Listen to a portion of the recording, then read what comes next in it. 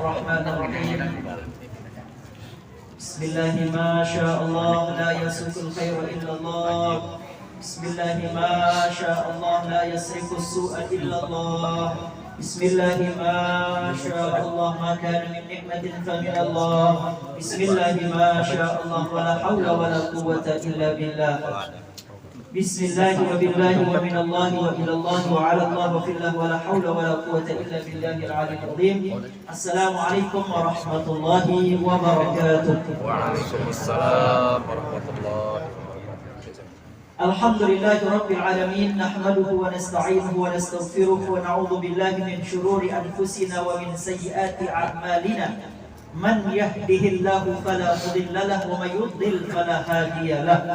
Asyhadu an la ilaha illallah wahdahu la syarika lah wa asyhadu anna Muhammadan 'abduhu wa rasuluhu la nabiyya ba'dah. Allahumma salli ala sayyidina Muhammadin khairi khalqillah wa ala alihi wa sahbihi wa mawalah wa man tabi'ahum bi ihsanin ila yaumil qiyamah, amma ba'du.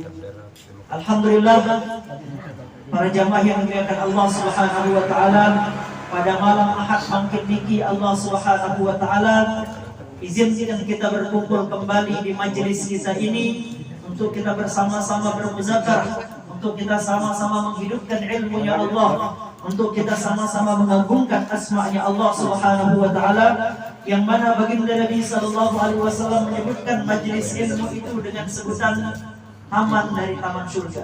Jadi salah satu taman dari taman surga itu adalah majelis ilmu, di mana kemudian baginda Nabi Nabi sallallahu alaihi wasallam fi makna baginda Nabi menyebutkan, wahai para sahabat, jika nanti kalian bertemu dengan taman surga, usahakan kalian untuk mampir. Maka sahabat bertanya, apakah taman surga itu ya Rasulullah sehingga kami harus mampir? Maka kemudian baginda Nabi menyebutkan bahwa taman surga itu adalah majelis zikir dan majelis ilmu. Jadi siapa yang hadir di majelis ilmu, pada hakikatnya dia telah hadir di majelis di dalam surganya Allah Subhanahu wa taala. Maka sebagaimana pada malam hari ini kita berkumpul, kita bermajelis di tempat ini, maka mudah-mudahan seperti inilah nanti kita berkumpul bersama baginda Nabi sallallahu alaihi wasallam di dalam jannah. Di dalam hadis yang lain juga disebutkan bahwa baginda Nabi sallallahu alaihi wasallam bersabda, kama qala Nabi sallallahu alaihi wasallam fi makna, bahwa orang yang menuntut ilmu, orang yang mengajarkan ilmu, orang yang hadir majelis zikir, orang yang hadir majelis ilmu, itu didoakan sampai didoakan oleh ikan-ikan di dalam lautan. Dimohonkan ampun oleh ikan-ikan yang ada di dalam lautan. Kalau ikan di laut, lihat ya kita lagi hadir majelis ini. Gak lihat kan? Yang lihat kita mungkin yang di darat, mungkin ikan tawar mungkin bisa lihat kita ya. Tapi Allah Subhanahu wa taala dengan sebab karunia dan maha besarnya Allah taala, Allah jadikan ikan-ikan di lautan pun mendoakan orang yang hadir di majelis ini dan memohonkan ampun kepada Allah Subhanahu wa taala. Kemudian salah satunya lagi, pernah enggak berpikir atau membayangkan ketika hadir di majelis ilmu tiba-tiba kok bawaannya tenang sampai ngantuk? Benar gak? Biasa kalau di rumah tuh susah, dicari tetangga, ada yang lagi hutang, ada yang Pak RT iuran sampah ya, dicari di rumah gak tenang. Tapi begitu hadir majelis ilmu kok bawaannya tenang, bawaannya ngantuk, itu efek relaksasinya terjadi pada saat di majelis ilmu. Kenapa? Karena Allah Ta'ala pada saat seseorang hadir di majelis ilmu itu Allah turunkan anzalat alaihimus sakinah. Maka Allah Subhanahu wa taala unzilat alaihimus sakinah, Allah turunkan anzalallah alaihimus sakinah, maka Allah taala turunkan ketenangan ke dalam qalbu orang yang hadir di majelis ini. Nazalat alaihimus sakinah wa ghasyiyatuhumur rahmah, turun ketenangan ke dalam qalbunya. Wa ghasyiyatuhumur rahmah, Allah liputi dia dengan rahmat. Tahu namanya rahmat? Tahu enggak namanya rahmat? Apa Pak Khairul? Kalau Pak Khairul namanya Pak Khairul Hidayah, bukan Pak Khairul Rahmat. Yang namanya rahmat disebutkan dalam satu hadis, Allah Ta'ala memiliki 100 rahmat. Ada berapa? 100. Satu rahmat itu Allah turunkan ke dunia. 99 rahmat itu Allah diamkan di dalam surga, yang nanti 99 rahmat itu akan dinikmati oleh orang yang masuk ke dalam surga. Satu rahmat saja Allah turunkan ke dunia, lalu kemudian seluruh makhluk Allah Ta'ala membagi satu rahmat itu.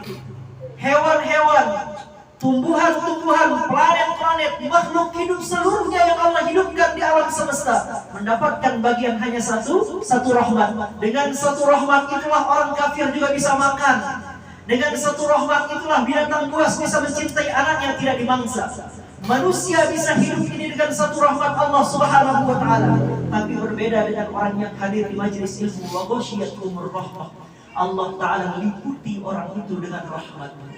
Jadi Allah beri ya Rahman, Allah beri ya Rahim, Allah beri ya rahmat di dunia dan Allah beri ya rahmat di akhirat. Itulah orang yang sering hadir di majelis ilmu. Kemudian wahaffat alaihimul malaikah, malaikat membentangkan sayap. Artinya malaikat ridho kepada orang yang menuntut ilmu. Kalau ada orang yang menyakiti orang yang hadir di majelis ilmu, maka malaikatlah yang akan berperang dengan orang yang menyakiti orang yang hadir di majelis ilmu. Wa dzakarallahu fi man indah. Bonus yang didapatkan oleh orang yang sering hadir di majelis ilmu adalah Allah akan menyebut-nyebut dia di sisi makhluk-makhluk terdekat dengan Allah Ta'ala. Allah Ta'ala akan viralkan ia di hadapan para malaikat. Tuh lihat, ada orang jauh-jauh dia dari Sweden buka bengkel sekarang ngaji. Ada orang itu kerja, dia kerja biar bikin sinyal. Dia kerjanya di Lombok Utara, bela-belain datang ke majelis ini sekarang. Hadir. Ada orang rumahnya di Pagutan jauh-jauh bisa hadir di sini. Ada orang dari Ampenan jauh-jauh datang ke sini. Setiap langkah apa sabda baginda Nabi? Fi kulli khutwah, dalam setiap langkah itu ada satu kebaikan, ada satu penghapusan dosa, dan ada satu pengangkatan derajat di sisi Allah. Jadi makin banyak langkah orang menuntut ilmu, maka akan semakin tinggi maqam orang itu di sisi Allah. Jadi jangan remehkan. Jangan remehkan hadir di majelis ya. Tadi mungkin ada yang pakai motor tuh berapa kali putaran roda, maka dihitung yang paling jauh putaran rodanya, maka dialah orang yang paling banyak tabungan kebaikannya, orang yang paling banyak dosanya diampuni oleh Allah, dan orang yang paling banyak derajatnya diangkat oleh Allah Subhanahu wa taala. Saya tadi ubud-ubudan datang dari KLU hampir azan. Hampir azan saya lupa doa, percepat langkah lupa. Tapi begitu sampai di tengah musuh dalam kondisi macet, saya baca doa itu. Saya baca doa, wa may yattaqillaha yaj'al lahu makhraja. Sampai akhir, kemudian saya baca dalam Hizbul Bahar itu, Allahumma innaka ta'lamu ma nahnu fi. Saya pejamkan mata sebentar, bismillah. Tiba-tiba alhamdulillah sampai sini orang belum tamat. Coba bayangkan. Tadi saya isi acara, ada orang lamaran. Tadi saya nggak muka harus hadir karena dia udah dari 2 minggu yang lalu saya hadir tadi, hampir maghrib langsung berangkat tadi. Nah, jadi ini contoh bahwa Allah mudahkan kita hadir di majelis ilmu. Man salaka tariqan yaltamisu fihi ilman, sahalallahu lahu bihi tariqan ila jannah. Siapa yang menempuh jalan menuntut ilmu? Siapa ini yang jalan hadir ke majelis ilmu? Makanya salah satu wasilah untuk dapat berkah, dapat rahmat Allah, punya hutang, tetapin aja istiqomah untuk menuntut ilmu.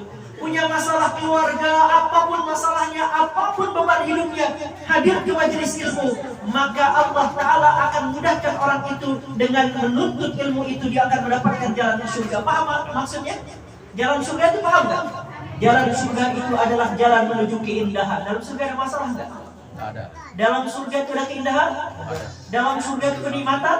Maka siapa yang ingin diberi solusi dari permasalahan hidupnya, siapa yang ingin ditenangkan Allah, siapa yang ingin dibahagiakan Allah dunia akhirat, maka man salaka tariqan yaltamisu fihi ilman, sahalallahu lahu bihi tariqan ilal jannah. Salah satu wasilah, salah satu amal yang bisa dijadikan tawassul untuk mendapatkan kemudahan adalah hadir di majelis ilmu. Ini kadang-kadang orang kalau susah banget, apalagi stres, depresi, bukan ke majelis ilmu, tapi ke majelis karaoke dia datang. Iya enggak? Ada orang bukan hanya datang ke majelis ilmu, tapi ia tinggalkan masjid, ia tinggalkan majelis ilmu, ia datang ke majelis party di sendiri.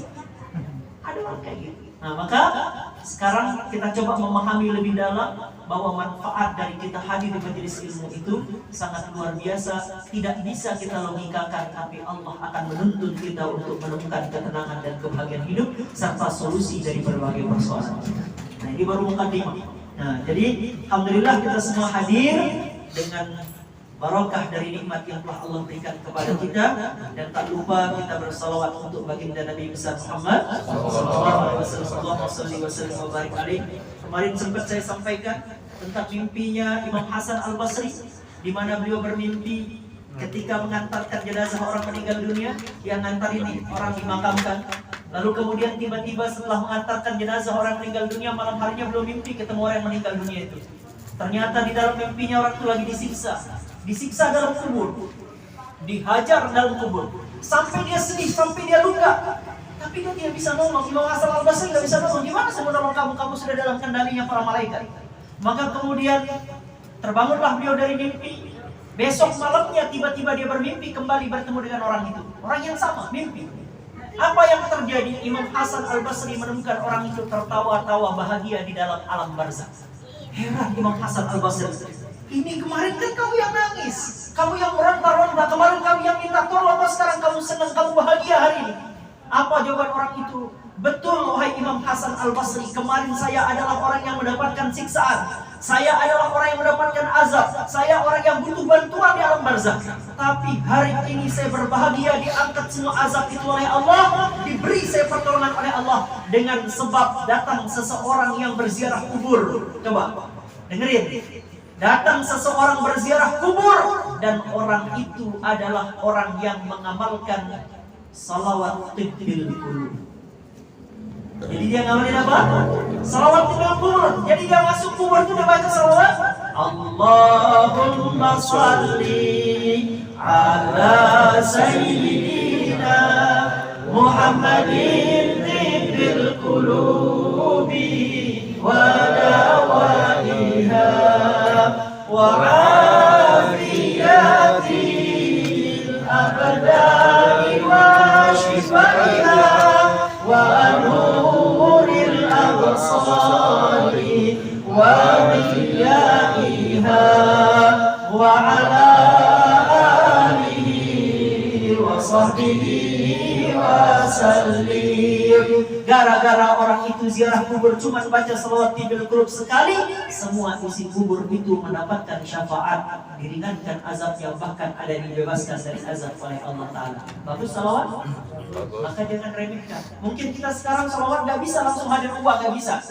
Kita salawatan gak bisa langsung hadir gorengan, tapi dengan berkat salawat kita kemarin sekarang hadir pisang goreng. Kalau ini namanya gegodong. Bahkan dodol ini entah dari mana dia datang, bisa datang di hadapan kita dengan barokah salawat. Jadi kita tidak tahu kapan Allah akan membalas dengan cara Allah. Maka perbanyak bersalawat untuk baginda Nabi besar Muhammad SAW. Makanya kadang-kadang heran, kita ada orang larang orang salawat, kadang anak-anak salawatan dilarang, giliran orang joget-jogetan nggak ada yang komen. Giliran ada orang tiktokan buka baju segala macam, nggak ada orang komen. Giliran orang salawat, orang ibadah bid'ah. Giliran orang ibadah mana dalilnya gitu. Tapi giliran orang bermaksiat, kenapa tidak tanya mana dalilnya? Ya enggak?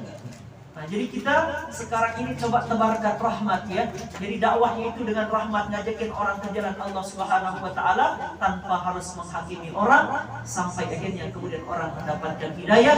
Karena siapa yang dapat hidayah dengan asbab kita, dipilih kita oleh Allah menjadi asbab penghantar hidayah, khairul laka min humurin ni'am. Lebih baik daripada engkau memiliki unta merah. Tahu unta merah?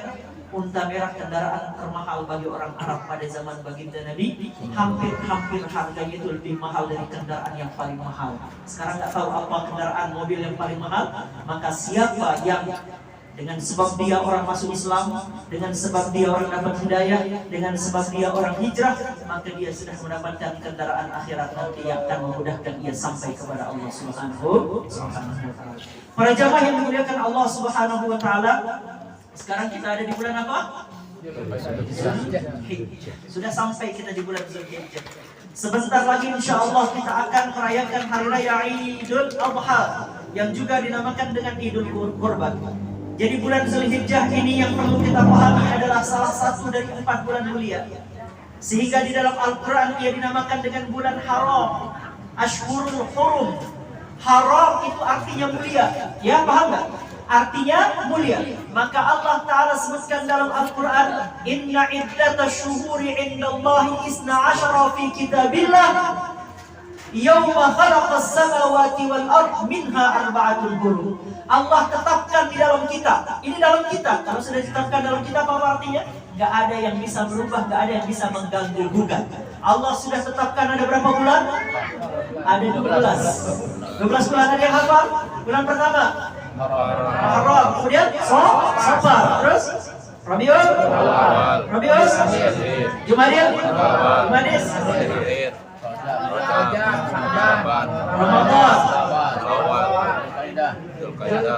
Zulhijjah. Ada 12 bulan. Ini ajari anak kita. Ayah ajari nanti pakai lagu. Pakai lagu. Biasanya kalau pakai lagu lebih gampang orang hafal kan, sama kayak gini. Anak-anak Nabi ada 7 orang, 3 laki-laki, 4 perempuan. Hanya kalau kita lomba sama anak-anak yang ngaji di sini, kalah kita sama anak-anak di sini. Mereka udah hafal banyak ya. Nah jadi kita ajari anak kita 12 bulan tadi. Di antara 12 bulan itu minha arba'atul hurum. Di antara 12 bulan itu ada 4 bulan yang mulia, 4 bulan yang mengandung sesuatu yang luar biasa, keberkahan yang luar biasa di dalamnya. Apakah 4 bulan itu? 4 bulan itu yang pertama adalah bulan Zulqa'dah, bulan yang kedua adalah bulan Zulhijjah, bulan yang ketiga adalah Muharram. Itu berurutan, Zulqa'dah, Zulhijjah, Muharram. Kemudian yang terpisah dari bulan yang 3 itu adalah bulan Rajab. Maka 4 bulan itu dinamakan dengan Ashhurul Hurum. Apa artinya? Siapa yang beramal soleh di dalam 4 bulan itu, maka pahalanya dilipat gandakan. Siapa yang ngaji, siapa yang datang ke majelis ta'lim, siapa yang berzikir, siapa yang sholat, siapa yang sedekah, siapa yang bertasbih, siapa yang bertahmid, amal soleh apa saja yang dikerjakan di dalam bulan haram mendapatkan kelipatan gandaannya oleh Allah. Dilipat gandakan. Adha'afan mudha'af. Paham namanya lipat ganda? Kita ngamalinnya 1, biasanya maksimal kita dapat pahala berapa? 10. Tapi kalau dia terjadi di bulan haram, maka Allah lipat gandakan bahkan sampai 700 kali lipat. Itu amal soleh di dalam bulan haram. Sebagaimana amal soleh yang kita kerjakan di dalam bulan haram itu dilipat gandakan pahalanya, maka dosa maksiat yang kita kerjakan di dalam bulan haram itu juga dilipat gandakan oleh Allah Subhanahu wa taala azabnya. Sebagaimana kalau misalnya ada orang yang bermaksiat di tanah haram. Di tanah haram ada orang maksiat nggak di Mekah? Ada, di Madinah ada. Ada orang maksiat, ada orang nyuri sendal kadang-kadang ya. Ada pencuri, ada segala macam. Ada orang lakukan itu. Maka siapa yang bermaksiat di tanah haram, di tanah suci, di tanah mulia, maka dia akan mendapatkan kelipatan dari dosa dan azab karena bermaksiat di tempat yang dimuliakan Allah Ta'ala. Maka kita sekarang berada di waktu yang dimuliakan Allah yang dinamakan dengan bulan Zulhijjah. Nah, didengerin deh, bulan Zulhijjah. Nah, bulan Zulhijjah ini disebutkan di dalam Al-Quran oleh Allah Ta'ala dalam surah Al-Fajr. Wal fajri wa layalin ashar wasyaf'i wal watar. Kalau baca surah Fajr, wal fajri, demi waktu fajar. Para ulama di sini banyak yang mengartikan demi waktu fajar. Waktu fajar kapan? Waktu fajar pada saat hari raya Idul Adha. Hari raya apa? Idul Adha. Jadi pada saat hari raya Idul Adha, Allah bersumpah dengan waktu fajar. Jadi pada saat muncul fajar itu waktu subuh, Allah bersumpah dengan waktu subuh. Waktu subuhnya hari raya Idul Adha. Itu keberkahan, kemuliaan ada di sana. Dengerin. Simak. Mohon jangan bicara, simak. Jangan bicara simak. Kenapa?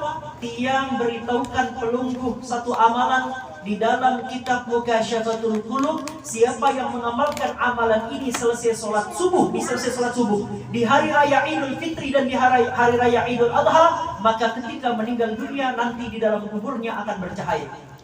Siapa yang mengamalkan dia bercahaya dalam kuburnya. Pernah dengar ada ulama Tuan Guru meninggal keluar cahaya dari kuburnya enggak? Pernah enggak? Pernah, dan terjadi juga, banyak terjadi. Nah, jadi kenapa mereka bisa bercahaya?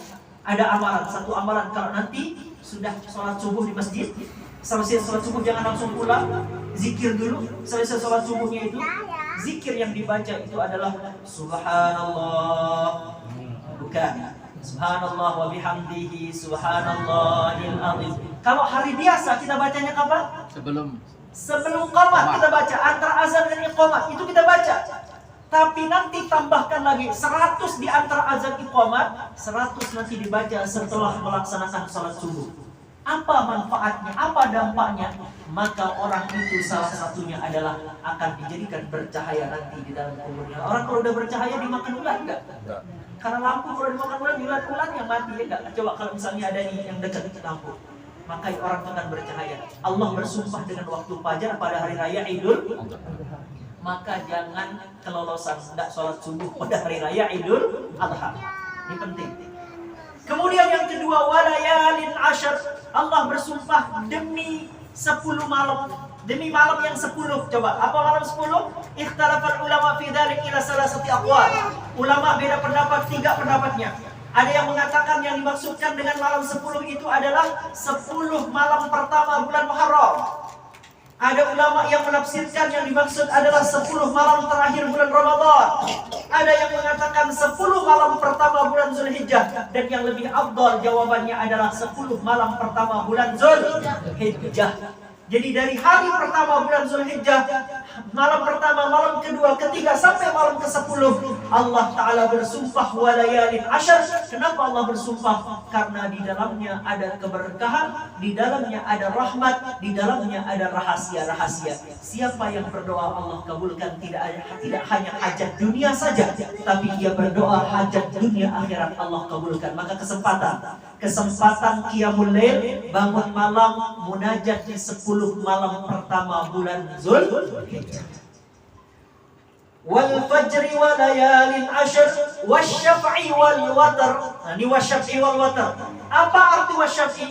Allah bersumpah wasyaf'i, demi yang genap. Apa yang genap? Yang genap itu adalah tanggal 10 Zulhijjah. Allah bersumpah dengan hari raya Idul Adha, di mana itu terjadi pada tanggal genap, yaitu 10 bulan Zulhijjah. Wal watr, Allah bersumpah. Apa arti wal watr? Watr atau witr, witrnya apa? Demi sesuatu yang ganjil. Apa yang ganjil? Allah Ta'ala bersumpah wal watr, itu artinya adalah demi hari yang ganjil, yaitu hari Arafah. Coba, jadi 4 sumpah Allah itu berkaitan dengan apa? Bulan Zulhijjah. Pertama waktu fajar itu waktu subuh tanggal 10 Zulhijjah. Kemudian walayalin ashar, Allah bersumpah dengan 10 malam bulan Zulhijjah. Allah bersumpah dengan sesuatu yang genap, yaitu hari raya Idul Adha, itu harinya itu Allah bersumpah. Wal watr, Allah bersumpah dengan yang ganjil, itu hari Arafah. Semuanya terjadi pada bulan Zulhijjah. Maka jangan ketinggalan amal soleh walaupun kecil. Dia tak mampu sedekah yang besar, sedekah yang kecil.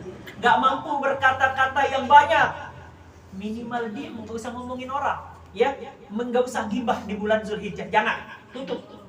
Nanti saya yang jelaskan apa korelasinya dengan haji. Korelasinya dengan haji itu adalah, haji itu kan perjalanan, semuanya itu adalah kebaikan. Dari berangkat kita menuju Allah, ya enggak? Isinya zikir. Maka orang yang tidak berangkat haji, maka dia juga bisa wukuf.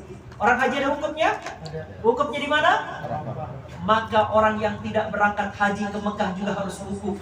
Tahu arti wukuf? Teduh, diam. Apa yang kita diamkan? Diamkan anggota badan kita zahiran wa batina. Jangan sampai ia melanggar apa yang telah dilarang oleh Allah Ta'ala. Menggibah boleh enggak? Maka wukufkan lisan kita dari gibah. Teduh, sida lisan. Kunci lisan kita, jangan gibah, udah. Sida maka jarang ngeraos, nane misalnya ada orang nanya, kenapa sekarang jarang ngomong? Bilang aku wukuf, bilang. Saya sedang wukufkan lisan saya, wukufkan mata saya, wukufkan telinga saya, wukufkan zahir batin saya hanya untuk Allah, tidak lagi memikirkan dunia. Nah, ini artinya ya, wukuf itu. Nah, jadi hendaknya kita pada saat berada di dalam 10 hari pertama bulan Zulhijjah ini, kita banyak beramal soleh, walaupun amal soleh itu kecil, ya. Gak bisa sedekah besar, kecil. Gak bisa qiyamul lail, minimal sholat witir. Gak bisa duha 8 rakaat, minimal 2 rakaat. Ada yang sholat duhanya cuma 2 rakaat, di sini angkat tangan. Angkat tangan. Apa kebanyakan 8 rakaat? 2. Tiang ingin sampaikan cara sholat duha yang 2 rakaat biar mendapatkan seperti beribu-ribu rakaat. Mau? Ada satu amalan. Ini yang diajarkan oleh Nabi kepada sahabat khusus. Kalau cuma 2 bisa dikerjakan, maka kerjakanlah salat duha itu di rakaat pertama itu dengan membaca Al-Fatihah. Selesai Al-Fatihah baca ayat kursi berapa kali? 10 kali. Kemudian di rakaat yang kedua baca Al-Fatihah, selesai Al-Fatihah baca surah Al-Ikhlas 10 kali. Jadi 10 ayat kursi, 10 Al-Ikhlas. Rakaat pertama 10 ayat kursinya, rakaat kedua 10 Al-Ikhlasnya. Amalkan. Siapa makan? Udah enggak usah banyak-banyak dulu, yang penting istiqomah 2. Udah 2 rakaat saja. Ustaz yang biasa 4, kalau 4 berkurang bacaan ayat kursi dan qul huwallahnya. Nah, siapa yang mengamalkan ini maka insya Allah Allah kayakan dia dunia akhirat. Allah cukupkan rizkinya dunia dan akhirat. Ini janji Allah. Makanya dinamakan duha. Tahu duha? Waktu duha, duit dan harta. Gitu ya. Nah, jadi nggak akan ribet urusan duit dan harta kalau udah sholat duha. Nah, ini contoh ya. Hidupkan sholat duha. Hidupkan amal-amal kebaikan saat kita berada di 10 hari pertama bulan Zulhijjah. Ini mumpung kita lagi ada di dalam bulan Zulhijjah, maka manfaatkan. Kemudian apalagi yang bisa kita lakukan pada saat kita berada di dalam bulan Zulhijjah? Baginda Nabi SAW bersabda, fa'aksiru fihinna, di dalam hari itu. Maka perbanyaklah kalian di dalam hari itu minat tahlil wat takbir wat tahmid. Perbanyak bertahlil, perbanyak bertakbir, perbanyak bertahmid. Gimana caranya biar ringkas? Udah, ngamalinya biar gampang gimana? Subhanallah walhamdulillah wala ilaha illallah wallahu akbar. Subhanallah walhamdulillah wala ilaha illallah wallahu akbar. Subhanallah walhamdulillah wala ilaha illallah wallahu akbar. Nah, mulai mumpung masih sedikit kita berada di 10 pertama bulan Zulhijjah sampai tibanya hari lebaran, perbanyak subhanallah walhamdulillah wala ilaha illallah. Jadi usahakan supaya ada tasbih. Kalau nggak tasbih, yang pakai tasbih digital atau pakai jari.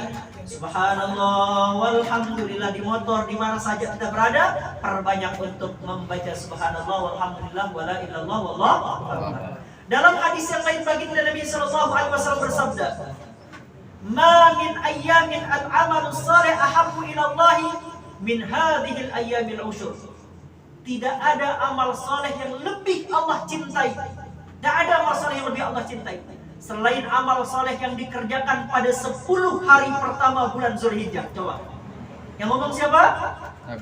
Nabi yang mengatakan, beliau bersabda, tidak ada amal soleh yang lebih Allah cintai melebihi amal soleh yang dikerjakan pada 10 hari pertama bulan Zulhijjah. Seorang sahabat berani nanya sama Nabi, walal jihad fisabilillah ya Rasulullah, termasuk jihad ya Rasulullah, apakah jihad tidak bisa mengalahkan amal orang yang beramal soleh di 10 hari pertama bulan Zulhijjah? Baginda Nabi menjawab, walal jihad fisabilillah, jihad pun di jalan Allah tidak akan sebanding dengan orang yang beramal soleh di 10 hari pertama bulan Zulhijjah. Illa rajulun kharaja min baitihi, illa rajulun kharaja binafsihi wa malihi wa lam yarji min dzalika bi syai'. Rawahul Bukhari. Baginda Nabi SAW katakan, kecuali ada seorang pemuda keluar rumah, dia berjihad di jalan Allah, lalu kemudian setelah dia berjihad di jalan Allah, dia meninggal dunia di medan perang, dia bawa hartanya tadi, hartanya nggak kembali, dirinya nggak kembali, hartanya nggak kembali, maka itulah amal yang sebanding dengan amal solehnya orang yang beramal soleh di 10 hari pertama bulan. Dahsyat tidak? Kita nggak mungkin pergi perang, ya nggak mungkin ke medan perang, angkat senjata, angkat batik, celurit, segala macam nggak mungkin. Tapi cara kita berjihad sekarang adalah memaksimalkan amal soleh di 10 hari pertama bulan Zulhijjah. Nah, tadi sudah jelas amalnya kan? Kemudian amal yang ketiga yang bisa kita amalkan selain amal soleh tadi, yang mahdoh, gairu mahdoh, yang wajib maupun yang sunnah, zikirnya, baca Qur'annya, tingkatin terus, dilakukan, sedekahnya tingkatkan, semua hal tingkatkan. Kemudian amal berikutnya yang dianjurkan adalah kurban. Nah, jadi jangan dari tahun ke tahun, dari waktu ke waktu kurban perasaan. Sekarang ini kita perbanyak berkurban. Orang yang kurban tidak akan rugi. Orang yang kurban tidak akan rugi. Mana qasamalun min sadaqah. tidak akan rugi, tidak akan berkurang harta yang dikeluarkan untuk zakat, untuk sedekah, untuk kurban, tidak akan kurang. Dia akan terus bertambah. Maka bagaimana caranya kalau kita misalnya tidak bisa berkurban dalam jumlah membeli 1 ekor hewan, maka boleh satu hewan kurban diniatkan untuk satu keluarga. Paham ya? Karena baginda Nabi SAW di zaman beliau itu pernah membeli 2 ekor domba, 1 ekor domba untuk keluarga beliau, 1 ekor domba untuk umatnya baginda Nabi SAW. Jadi boleh. Jadi patungan itu sebenarnya nggak terbatas. Ustaz, kami nggak ada ini, kita matung boleh kayak tadi? Boleh, atas nama satu majelis ta'lim kita ini. Nanti kita akan salurkan ke orang yang membutuhkan. Karena kalau di tengah kota orang sudah sering makan daging. Di Rembige ada sate kambing, ya enggak? Di Midang ada nasi kambing. Kemudian kita cari, kemudian di kota banyak, tapi di kampung-kampung orang jarang makan karena faktor ekonomi. Maka di sanalah kita akan dapat keberkahan kalau kita berikan pada orang yang jarang makan daging. Nah, ya, jadi kurban adalah amal yang sangat dianjurkan. Sebagian ulama mengatakan kurban hukumnya wajib. Ada yang mengatakan sunnah kifayah.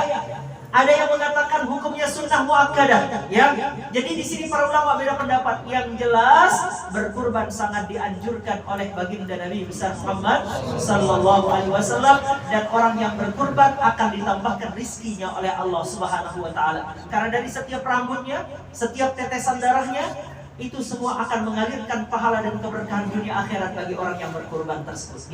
Maka insya Allah kita bareng-bareng niatkan. Kalau misalnya tahun ini belum bisa berkurban 1 ekor, kita nggak apa-apa bareng-bareng. Nanti insya Allah mungkin tahun depan kita niatkan supaya kita bisa bersama-sama 1 orang 1 kambing itu kita kurban insya Allah. Ya, nabung dari sekarang insya Allah. Punya 1.000 tabung, punya 2.000 tabung, terus untuk apa? Untuk kita nanti akan kita investasikan di akhirat nanti. Kemudian berikutnya yang perlu diperhatikan, saat nanti kita akan melaksanakan salat Idul Adha, ada sunnah-sunnah yang perlu diperhatikan. Ini penting. Apa sunnah yang perlu diperhatikan? Perhatikan, nggih. Sunnah yang pertama nanti di tanggal 8. Tahu tanggal 8? Tanggal 8 itu namanya Yaumut Tarwiyah. Nabi namanya Yaumut Tarwiyah, itu tanggal 8. Sebelum orang wukuf di Arafah, itu dianjurkan puasa sunnah. Tanggal 8, mohon ingat ya, tanggal 8. Itu Yaumut Tarwiyah. Kemudian nanti di tanggal 9 itu namanya Yaum Arafah, hari Arafah, hari orang wukuf di Arafah. Kalau orang wukuf di Arafah ya di Arafah. Kita di sini apa dianjurkan? Puasa Arafah. Siapa yang mampu puasa Arafah? Shaumu yaumi Arafah yukaffirus sanatain al-madiyah wal mustaqbalah. Jadi orang yang bisa berpuasa Arafah pada tanggal 9 Zulhijjah, maka dia mendapatkan pengampunan dosa 2 tahun. 2 tahun dosanya diampuni. Tahun yang lalu dan tahun yang akan. Coba, enak nggak? Sebenarnya kalau orang beriman, kalau orang sering beramal soleh, itulah kenapa dia meninggal tuh husnul khotimah. Kenapa? Karena dibersihkan dari dosa oleh Allah. Dia bikin dosa banyak dosanya, tapi kemudian dia puasa Arafah, dia puasa Asyura, dia puasa Senin Kemis, dia puasa pada hari putih 13, 14, 15. Maka orang yang berpuasa Arafah 2 tahun diampuni dosanya, setahun yang lalu dan setahun yang akan datang. Nah, itu jangan tinggalkan ya. Kemudian setelah kita puasa Arafah, kita akan memasuki malam Idul Adha. Apa yang kita lakukan? Kalau sudah mulai terbenam matahari, pada tanggal 10 masuk di terbenam matahari, maka pada saat itu perbanyak bertakbir dengan takbir yang kita ketahui, takbir mursal namanya. Allahu Akbar, Allahu Akbar, Allahu Akbar, la ilaha illallah, Allahu Akbar, Allahu Akbar, walillahil hamd. Allahu Akbar, Allahu Akbar, Allahu Akbar, la ilaha illallah, Allahu Akbar, Allahu Akbar, walillahil hamd. Ada yang ketiganya beda. Allahu Akbar, Allahu Akbar, Allahu Akbar, la ilaha illallah wa la na'budu illa iyyah mukhlishina lahuddin walau karihal kafirun, La ilaha illallah wahdah sadaqa wa'dah wa nasara 'abdah wa a'azza jundah wa hazamal ahzaba wahdah. La ilaha illallah wallahu akbar. Allahu akbar walillahil hamd. Jangan salah takbir, nanti ada orang takbir Idul Kurban, takbirnya takbir azan. Allahu akbar. Nanti kebalik saat anaknya lahir, begitu azanin anak, Allahu akbar, Allahu akbar, Allah. Dia kaget, yo kok bisa takbiran jadinya. Nah, ini penting latihan untuk takbir, jangan salah-salah. Ini sunnah. Sampai kapan boleh takbir? Beda antara Idul Fitri dengan Idul Adha, beda. Kalau Idul Fitri bolehnya itu adalah dari mulai terbenam matahari sudah mulai tampak hilal malam Syawal, tanggal 1 Syawal, sampai dilaksanakannya sholat Idul Fitri selesai, tidak boleh lagi. Paham gak? Selesai, nggak boleh lagi ada takbiran, udah cukup. Dan tidak boleh takbiran pada saat lebaran ketupat, nggak boleh, dilarang, karena dia namanya adalah takbir khas. Takbir yang khusus diucapkan pada hari raya, ada aturan mainnya. Sama seperti haji, bulannya khusus, maka takbiran itu juga khusus, tidak boleh sembarangan. Jadi begitu selesai orang melaksanakan sholat Idul Fitri sudah tidak ada takbiran lagi, pulang. Tapi berbeda dengan Idul Adha, disunnahkan untuk takbiran sampai kapan? Sampai tanggal 13. Begitu tenggelam matahari tanggal 14 sudah selesai, nggak boleh takbir. Tapi mulai dari tanggal tadi 10, 11, 12, 13 silahkan takbiran, dan takbiran itu hukumnya sunnah. Selesai sholat takbiran, di jalan takbiran selama berapa hari jadinya? 4 hari kita takbiran. Hari raya Idul Adha plus 3 hari tasyrik. Nah, ini penting biar paham. Dan tolong masjid-masjid untuk tidak menyetel kaset takbiran, sebaiknya orang yang takbiran. Ini kita di Indonesia kebanyakan rame takbiran, tapi yang rame takbiran apa? Kaset, bukan orang. Siapa yang ngajarin kayak gini? Orangnya nanti ngerokok, ngopi gitu kan, nggak pernah takbir. Yang takbir di masjid itu suara kaset. Ini makanya ya, ganti orang. Sekarang orang yang takbiran, gilir. Jangan sampai kaset kemudian yang takbiran. Nah, ini yang perlu dipahami. Berikutnya sunnah. Setelah tadi takbiran, kemudian nanti pelunggu berangkat tadi sholat subuh berjamaah ya. Sholat subuh berjamaah. Tiang bertanya, mau langsung sholat Idul Adha atau pulang dulu? Oke, biasanya pulang dulu. Kalau pulang dulu ada sunnah. Tadi kalau pelunggu sholat subuh, maka sholat subuh di masjid. Selesai sholat subuh itu apa yang dibaca? Subhanallah wa bihamdihi subhanallahil azim. Berapa kali? 100 kali. Pulang. Begitu pulang apa yang pelunggu lakukan? Tadi bangun subuhnya jangan sampai minum atau makan sesuatu. Jangan minum, jangan seperti orang berpuasa. Bukan puasa, seperti orang berpuasa. Dari subuh sampai Idul Adha jangan makan. Nanti makan minumnya setelah pulang dari sholat Idul Adha. Ini sunnah. Nah, ini sunnahnya. Jadi begitu pelunggu pulang mandi bersih, pokoknya sebersih-bersihnya seperti mandi junub. Apa niat dalam hati kalau di kamar mandi? Niatnya adalah aku niat mandi sunnah hari raya Idul Adha karena Allah. Itu sudah mandi, selesai mandi bersih, pakai wangi-wangian, pakai pakaian yang baru yang paling bagus, lalu kemudian berangkat ke masjid. Afdalnya disunnahkan berangkat ke masjid itu jalan kaki, bukan naik motor. Nih, nggak usah naik motor, jalan kaki. Afdalnya apa Pak Hidayah? Jalan kaki. Usahakan jalan kaki. Nah, di sini ada rahasianya. Jalan kakinya ke masjid, berangkatnya itu beda jalannya, pulangnya harus beda jalannya. Itu sunnah. Paham gak? Misal Hajirian berangkat ke Masjid Ranjok, dia lewat depan, gerbang depan. Maka kalau dia pulang, dia sunnahnya lewat gerbang belakang. Jadi usahakan cari jalan yang berbeda saat berangkat dan saat pulang. Itu sunnah. Kemudian berikutnya sunnahnya apa? Sejak berangkat tadi dia harus bertakbir. Jangan nunggu di masjid baru takbir. Jadi di rumah Allahu Akbar, Allahu Akbar sambil jalan. Sambil jalan sampai ke masjid. Lalu kemudian nanti di masjid kita melaksanakan sholat sunnah tahiyatul masjid. Lalu setelah itu takbir sambil menunggu kemudian nanti dilaksanakannya sholat Idul Adha. Sudah paham sholat Idul Adha? Insyaallah. Ada berapa rakaat? 2. Berapa takbir di rakaat pertama? 8 dengan takbiratul ihram. Kemudian kalau yang ini takbir di rakaat kedua ada berapa? Ada 6 dengan takbir intiqal. Jadi takbir bangun tuh Allahu Akbar tambah 5 jadi 6. Jadi 8 sama 6 takbirnya. Jadi jangan sampai nanti seperti kejadian di video. Allahu Akbar imam. Tiba-tiba karena datang terlambat akhirnya dengerin imam lagi Allahu Akbar dia ruku.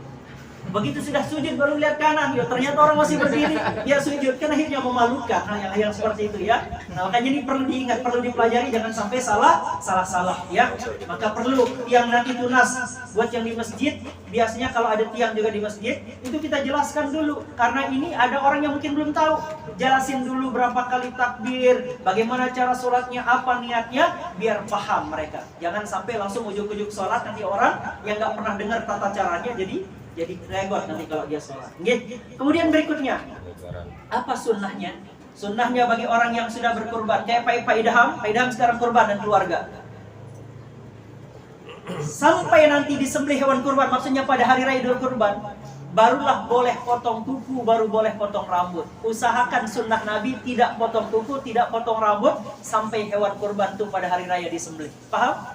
Khusus untuk yang kurban. Nah, mulai makin pelunggu yang sudah apa tadi? Bareng kita patungan tadi. Nanti kita potong kuku, potong rambut saat sudah sholat Idul Adha berbulan. Karena apa? Karena nanti akan menjadi saksi bahwa kita juga ikut berkurban. Niki sunnah niki terkait sunnah kurban tadi. Kemudian berikutnya yang perlu sampaikan terkait dengan Idul Adha. Ini penting, mohon disimak. Terkait Idul Adha, apa yang menjadi patokan hari raya Idul Adha dan apa yang menjadi patokan daripada puasa Arafah? Ada yang pernah dengar nggak? Apa patokan puasa Arafah dan apa patokan kita sholat Idul Adha? Ayo. Hukum di? Oke, ada yang lain nggak? Ada yang lain? Ternyata bukan itu patokan. Nah, biar yang pahamkan dulu ya. Karena banyak video beredar. Mohon maaf, video ini sebenarnya orang yang boleh membahas ini orang yang berilmu. Karena bisa salah paham umat, salah memahami, maka orang akan timbul konflik di bawah di tengah masyarakat. Maka orang yang kompeten, orang yang ilmunya luas yang boleh bicara tentang ini, itu yang jelaskan. Baginda Nabi bersabda, ini banyak sekali sabda Nabi. Begini sabda baginda Nabi, "Idza ra'aitumuhu fasumu wa idza ra'aitumuhu fa'aftiru fa in gumma 'alaikum faqdurulah."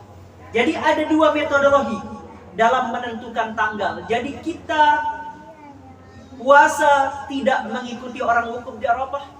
Kita berlebaran tidak mengikuti hari raya Idul Adha di sana. Apa yang kita ikuti? Yang kita ikuti adalah penetapan kapan tanggal. Perhatikan. Jadi yang kita ikuti adalah tanggal.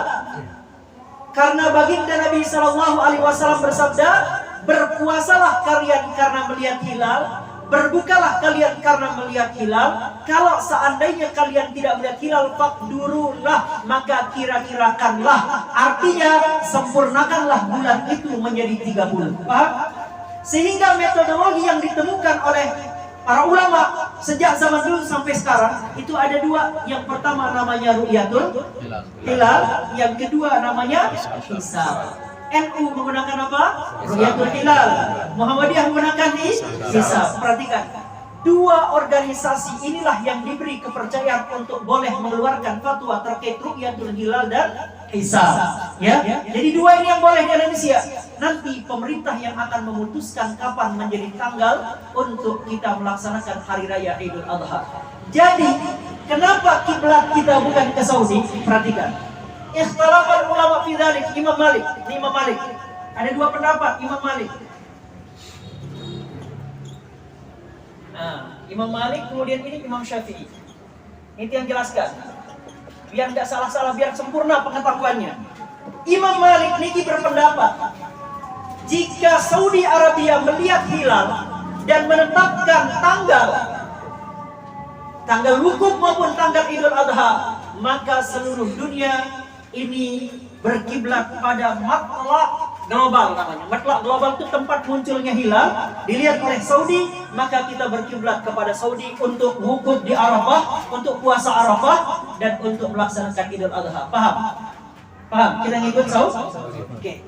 Tapi bagi Imam Asy-Syafi'i, beliau menyebutkan boleh juga seperti itu. Tapi jika satu daerah, satu tempat sudah menentukan hilal tanggalnya, maka dianjurkan bagi wilayah itu yang jangkauan radiusnya boleh untuk menjamak qasar salat, maka bolehlah dia untuk mengikuti matlak hilal yang ada di tempat tersebut. Paham?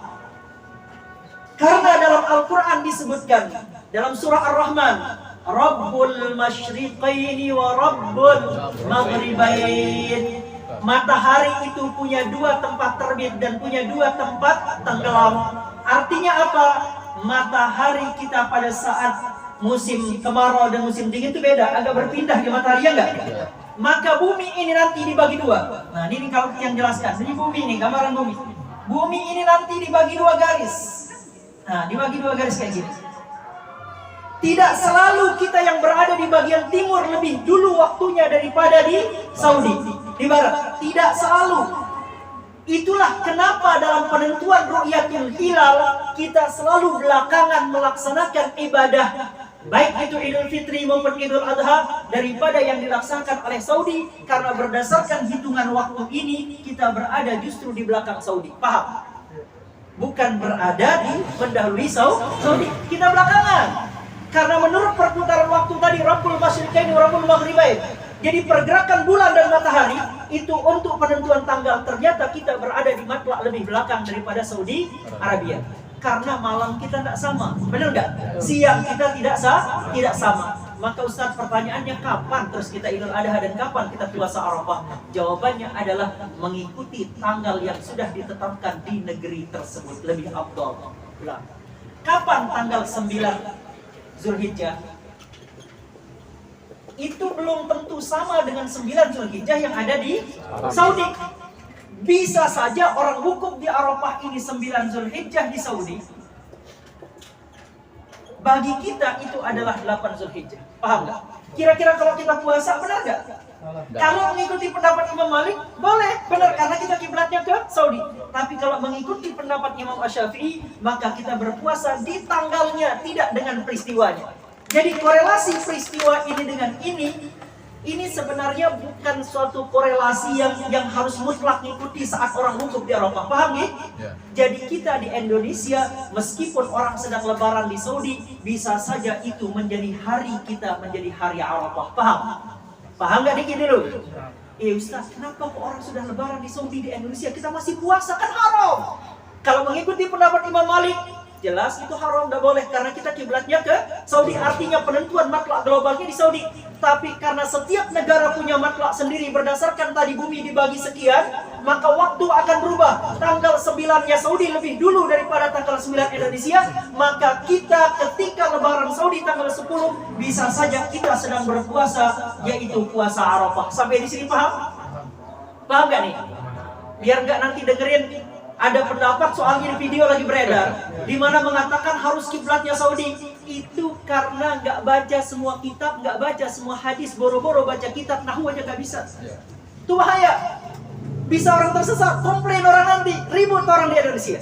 Maka penting untuk kita memahami konsep ini. Kalau dia berpegang pada pendapat tadi, berarti dia berpegang pada mazhab siapa? Malik boleh, silahkan, Abdul. Tapi jangan salahkan orang yang berpegang pada mazhab Syafi'i. Yang bermazhab Syafi'i toleransi kepada bermazhab Malik, yang bermazhab Malik toleransi kepada yang mengambil pendapat Imam Asy-Syafi'i. Tidak boleh ribut. Sebenarnya masalah ini sudah terjadi sejak zaman baginda Nabi, sudah terjadi sejak zaman sahabat. Itulah indahnya supaya kita belajar, supaya kita belajar mendalami ya ilmu yang ada dalam agama kita. Sampai di sini paham nggih? Jadi supaya nanti jangan kita ribut-ribut lagi masalah niki, karena dua hal itu dibolehkan. Makanya kenapa Muhammadiyah tetap dengan konsep hisab? Kenapa NU dan pemerintah dengan ru'yatul hilal? Sama-sama saling menghargai, silahkan. Karena itu nanti akan istihadnya, kalau benar dapat berapa? Dua. Kalau salah dapat berapa? 1. Gak ada yang dapat dosa, kecuali yang memang bikin masalah. Yang mempermasalahkan khilaf itulah yang kemudian nanti akan. Untuk potong kuku sama rambut, apakah itu tidak boleh di saat kita berniat? Oke, itu terjadi tidak potong itu mulainya dari tanggal 1 Zulhijjah.